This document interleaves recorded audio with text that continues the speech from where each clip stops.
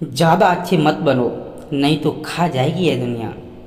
किसी ने क्या खूब कहा है कि जंगल में जो सीधे पेड़ होते हैं वह सबसे पहले काटे जाते हैं, और जो टेढ़े मेढ़े तिरछे से पेड़ होते हैं वह सदियों तक जंगल में खड़े रहते हैं। एक बच्चा अपने पिता के साथ एक जंगल में घूमने के लिए जाता है। वह दूर से देखता है कि एक शेर हिरण का शिकार कर रहा था। उस बच्चे के मन में यह दृश्य देखकर एक करुणा का भाव उदय होता है। अपने पिता से कहता है कि पिताजी, हिरण तो कमज़ोर है और वह शेर को खा रहा है।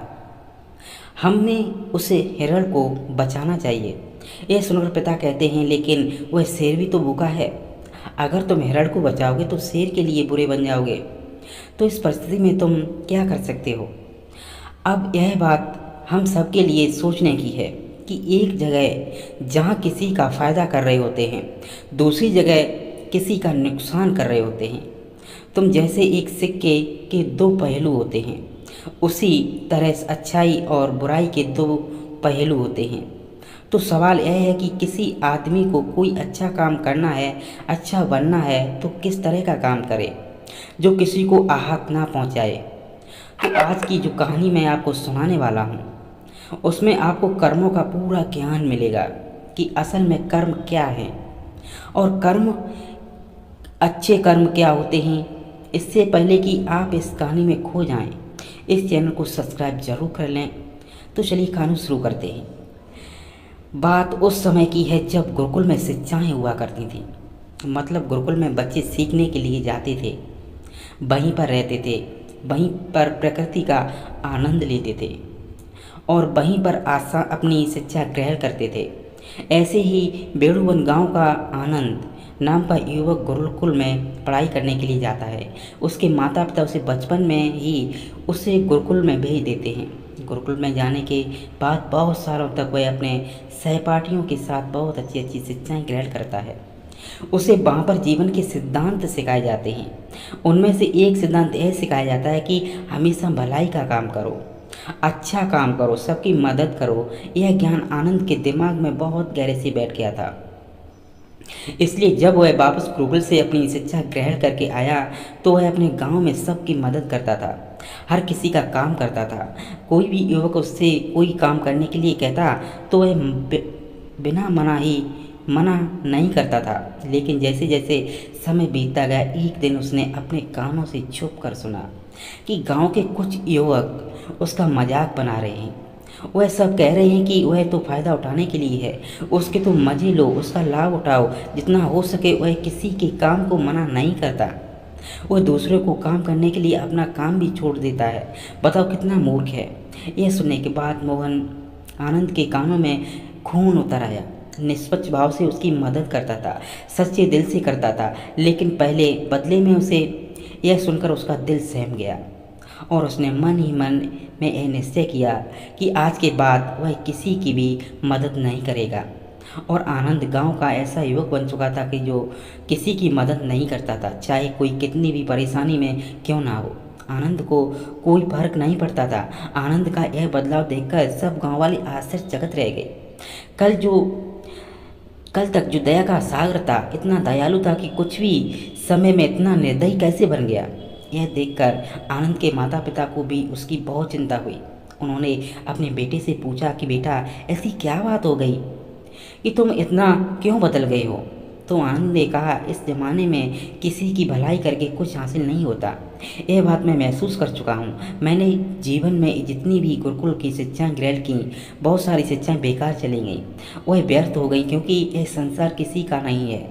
अगर सच्चे दिल से कोई किसी की मदद करता है तो उसे बेवकूफ़ समझा जाता है। और यह कहते कहते आनंद वहीं पर रोने लगा। और इससे के बाद आनंद बहुत परेशान रहने लगा।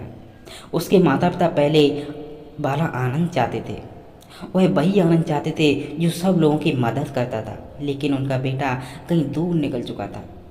दिन ब दिन आनंद की हालत और गंभीर होती गई। एक दिन उनके माता पिता को पता चला कि पड़ोस के गांव में एक बहुत बिच्छू आया हुआ है और वह मानव स्वभाव के बारे में बहुत सारी बात बता सकता है। इसलिए आनंद के माता पिता आनंद को लेकर उस बहुत बिच्छू के पास पहुंचते हैं। जब वह उस गांव में घुसते हैं तो एक औरत एक बहुत बिच्छू को बहुत जला कटा सुना रही थी। उसको कह रही थी कि इनको शर्म नहीं आती, भीख मांगने के लिए आ जाते हैं, सुबह सुबह अपना काम तो नहीं करते, दरवाजे पर आकर खड़े हो जाते हैं। और पता नहीं ऐसी क्या क्या बातें बोल रही थी। लेकिन बहुत बिच्छू तो बिच्चा मांग कर ही खाते हैं, उन्हें तो सब कुछ सहना पड़ता है। इसलिए वह बहुत बिच्छू एकदम शांत खड़ा हुआ था। उसमें क्रोध का भाव तिनका मात्र भी नहीं था। और जब उस बिच्छू को उस घर से बिच्छा नहीं मिली तो वह दूसरे घरों की तरफ निकल गया। यह सारा दृश्य आनंद भी देख रहा था। इसके बाद उसके माता पिता कुछ गांव के लोगों से पूछकर उस बौद्ध बिच्छी के ठिकाने पर पहुंच जाते हैं। वहां पर पहुंचकर वह देखते हैं कि यह वही बिच्छू था जो गांव से भिक्षा मांगकर वापस लौट आया था, जो गांव में भिक्षा मांग रहा था और जिसे वह औरत जली कटी सुना रही थी। उसे देखने के बाद आनंद और उसके माता पिता ने उन्हें प्रणाम किया और वहीं पर बैठ गए। उसके बाद आनंद के माता पिता ने सारी परिस्थिति उसे बयां कर दी और फिर उन्होंने अपने बेटे का जिक्र करते हुए बताया कि यह हमारा बेटा पहले बहुत दयालु हुआ करता था, सबकी मदद करता था, लेकिन अचानक पता नहीं ऐसा क्या हुआ कि अब किसी की मदद नहीं करता। उसके बाद उसके सामने कोई मर भी रहा हो, वो तब भी यह बिल्कुल उसे पानी भी नहीं पिलाता। ऐसा स्वभाव हो गया है इसका। हम कुछ समझ नहीं पा रहे कि यह बदलाव अचानक से हुआ कैसे। इससे पहले कि वह बौद्ध बिच्छू कुछ जवाब देता, वह औरत जो गांव में उस व्यक्ति को जली कटी सुना रही थी, वह अपने बेटे को लेकर वहीं पर पहुंच गई और हाथ जोड़कर उस बिच्छू से प्रार्थना करने लगी, मेरा बेटा बीमार हुआ है, अचानक से बुखार आया और गांव के लोगों ने बताया कि आप इसकी मदद कर सकते हैं, कृपया करके मेरे बेटे को ठीक कर दीजिए। यह सुनकर यह बौद्ध बिच्छू तुरंत उस बच्चे का उपचार करने में लग जाता है और कुछ ही देर बाद औषधियाँ देने के बाद वह बच्चा बिल्कुल स्वस्थ हो जाता है। यह सब देखकर वह औरत उसे कुछ भिक्षा देकर प्रणाम करके वापस लौट जाती है। ये सारा दृश्य आनंद भी देख रहा था।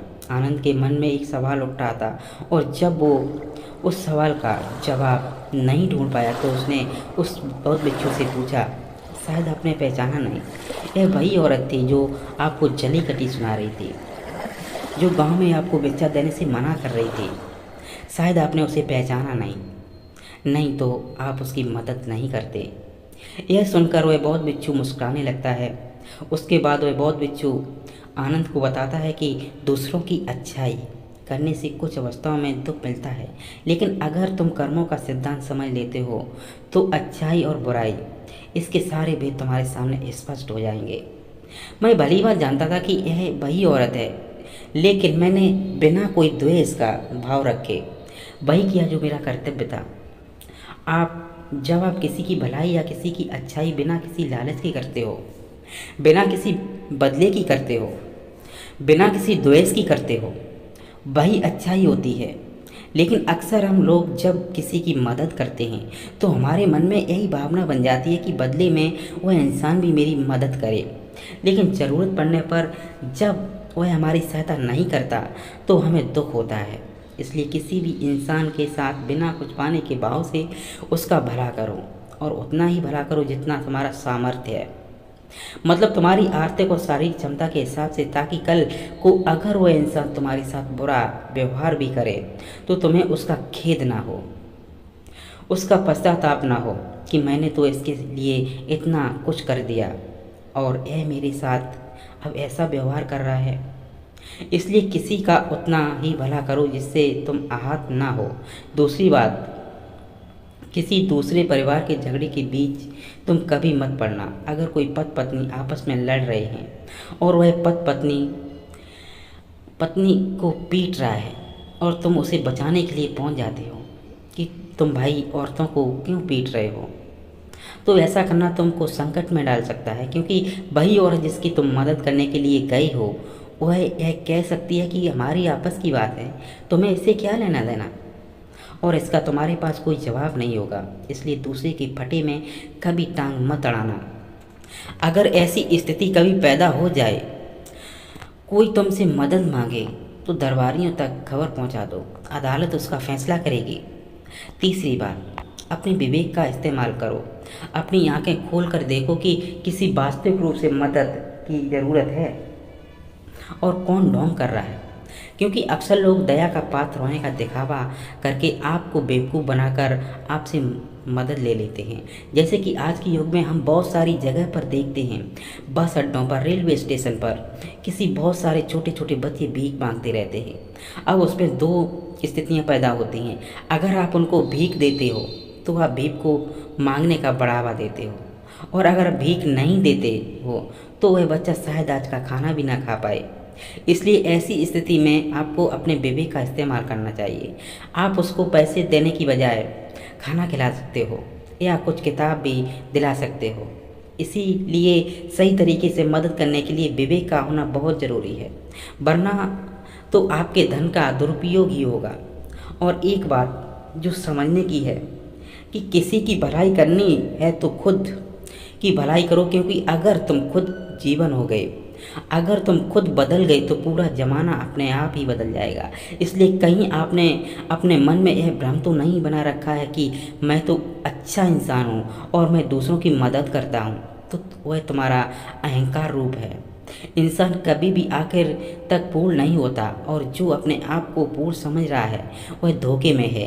इसलिए दूसरों को बदलने की बजाय खुद को बदलने पर ध्यान दें, और इसके लिए आपको भीड़ में भी अकेला रहना सीखना होगा। आप सबके साथ हैं, में सब में उपस्थित हैं, लेकिन अंदर से आप एकांत हैं, अंदर से आप शांत हैं, अंदर से आप मौन हैं। जब आप अपने एकांत को देख लेते हैं तो आपकी अंतर यात्रा चालू हो जाती है। अपने अंदर के मन का आनंद उठाने के लिए आपको ध्यान में उतरना होगा। आपको रोज़मर्रा की ज़िंदगी में ध्यान को एक हिस्सा बनाना होगा, ध्यान को वक्त देना होगा। उसके बाद आप पाएंगे कि क्या आपके अंदर के एकांत के समान आनंद इस दुनिया के किसी भी भोग में नहीं है, किसी वस्तु में नहीं है, किसी वासना में नहीं है। नदी के किनारे पड़ा हुआ छोटा सा पत्थर भी उस नदी के भाव से कट कट कर बहुत मुलायम हो जाता है, उसमें कोई दरार, कोई कोना नहीं बचता। उसी तरह ध्यान के निरंतर भाव से बहने से उसी तरह निर्मल हो जाता है, जिसके बाद हम किसी भी चीज़ को महसूस कर सकते हैं, जिसके बाद हम वर्तमान का मतलब समझते हैं, जिसके बाद हमारे अंदर करुणा का उदय होता है, वह करुणा जो किसी विषय वस्तु से नहीं जुड़ी हुई है। इसलिए दोस्तों, आज से ही अपनी अंतर यात्रा चालू कर दें और अपने जीवन के आनंद को पहचानें, क्योंकि इंसान की ज़िंदगी बहुत छोटी होती है, पता नहीं कब आखिरी सांस आ जाए। तो जीवन के 2 पल बचे हैं, उन्हें उस परमानंद में बिताओ। तो दोस्तों, कैसी लगी यही कहानी आपको कमेंट सेक्शन में ज़रूर बताना है, और अच्छी लगी तो इस चैनल को सब्सक्राइब ज़रूर करना है। तो मिलते हैं अगली कहानी में, तब तक के लिए अपना ख्याल ज़रूर रखें। दोस्तों, अगर कोई इसमें त्रुटि या गलती हुई है तो उसको कमेंट सेक्शन जाके ज़रूर बताइएगा, उसके लिए मैं क्षमा चाहता हूँ। धन्यवाद।